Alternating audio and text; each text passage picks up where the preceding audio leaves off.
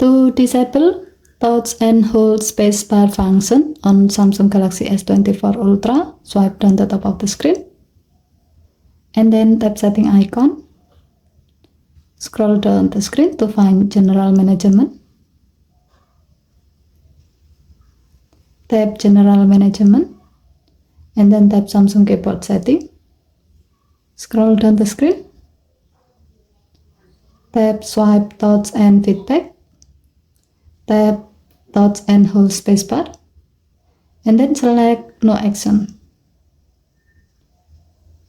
By choosing this option, touch and hold spacebar function will be disabled.